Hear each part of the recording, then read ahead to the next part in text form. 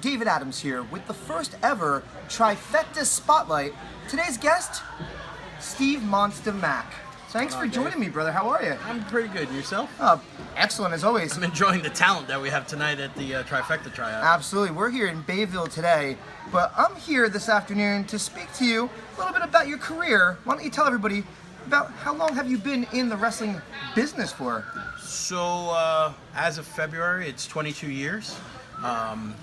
I started out, it was me, Low Key, Low Life Louie, Mace Mendoza from the Christopher Street Connection for a lot of you Ring of Honor fans, Buffy as well. The SAT were there, Amazing Red, Quiet Storm.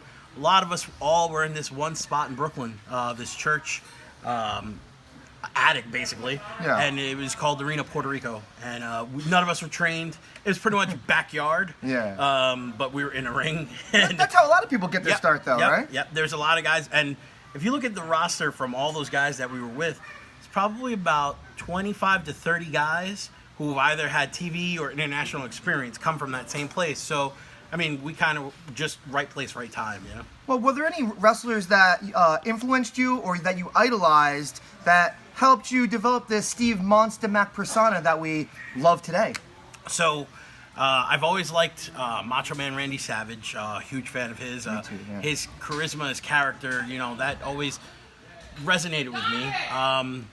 Of course, Big Van Vader, huge influence. I was fortunate enough to wrestle in front of Vader and have him compliment me and say he would love to work with me. You know, like that stuff like that is the craziest. Magical stuff, right? Yeah. And also Chono from New Japan, Masahiro Chono. Yeah, of course. He was a boss, and you always knew there was no messing around. You knew he was the guy that was telling everybody what to do, and that's something else that always I felt with. Well, you said you've been in the business 22 years. Who are some of your favorite rivals or your favorite rivalries that you've encountered during your illustrious career? So my first rivalry is one of my favorite. It's Low Key. We're cousins, but we were raised like brothers. So there's that natural rivalry, and that's how we got famous.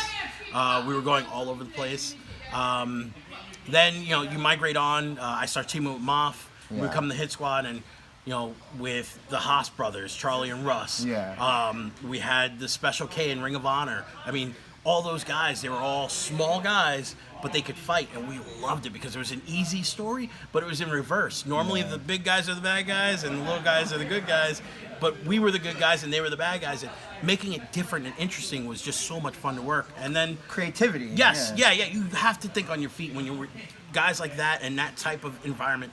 And then more recently, definitely EYFBO LAX. I mean, they helped us regain our spotlight, our love for wrestling. Like, people were talking about us because of the stuff we were doing with them, and I just love being in the ring with those guys. They are where we were 20 years ago, and they're representing the same way we did. They have it, you know, a lot more talent than we did, but you know, it just, you feel it, you know, it's something in there. We have that chemistry. It's always a spark. And you guys brought the best out in each other. From an announcer standpoint, LAX brought out the best in you guys, and you guys brought out the best in them. I think it helped you both as a team. Yes. I mean, it helped me and Moff grow because it's crazy. We've been around all these years, and like at times we feel like we're underdogs. We feel like we're the guys that like have to show up and prove to everybody why we're getting the shot. And at the same time, for them, they're wrestling guys that they watched and loved watching, and they got to prove to us why they deserve to have that spot. Well, speaking of proving yourself, what does it mean for you to be facing the Bulldozer Matt Tremont May 17th, Atlantic City, New Jersey at the Showboat Hotel? Well, this is a match that I asked for. At the beginning of the year, I put out a list of guys that I wanted to wrestle in conditions I wanted to wrestle. And first one was Maria Manic, and we wrestled, and a lot of people, the clip from that match of her press slamming me went viral. I saw it. I was like, oh my God. There's nobody that I would really trust, man or woman, to press slam me, and she's one of the few. And, you know, we made some magic, and we're going to have a rematch eventually. I'm trying to set it up for her. Tremont was one of the other guys. And I wanted to have a no-rope barbed wire match simply because I don't do deathmatch. I'm not a deathmatch guy. I'm a brawler. I can wrestle, tag team, specials, whatever you want to call me. But Tremont is the best at deathmatch.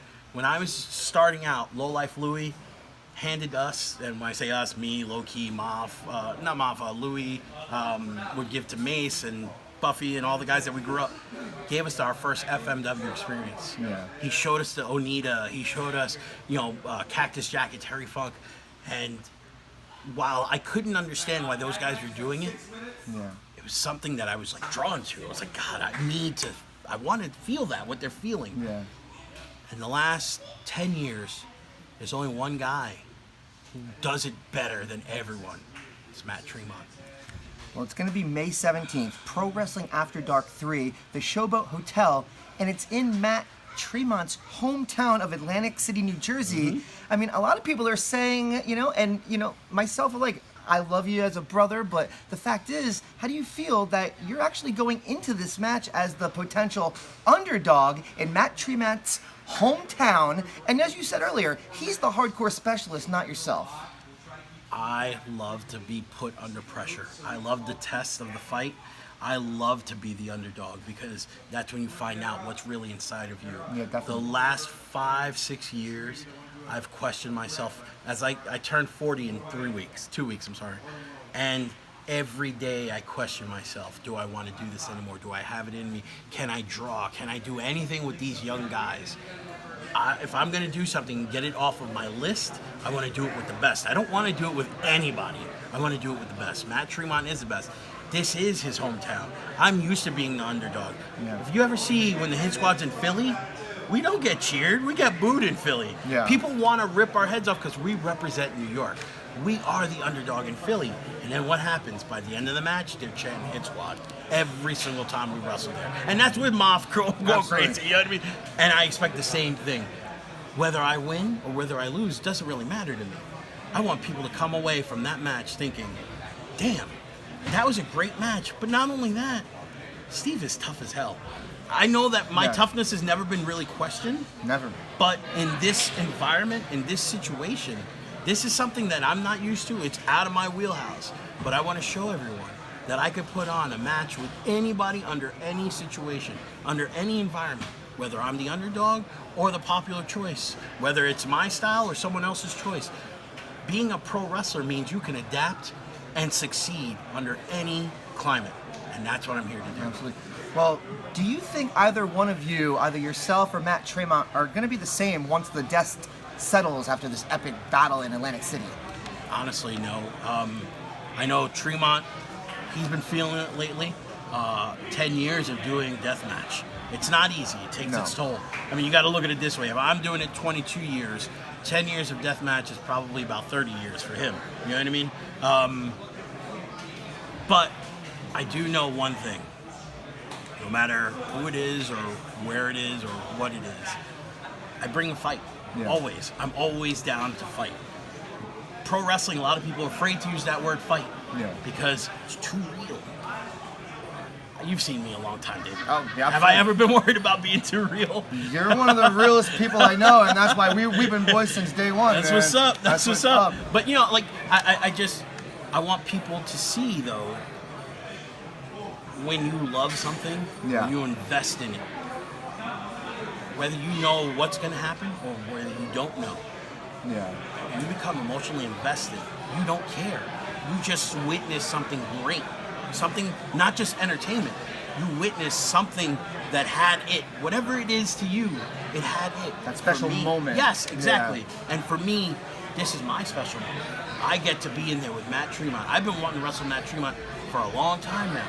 I see in his eyes, he loves wrestling. He loves deathmatch. He loves all kinds of stuff that I love.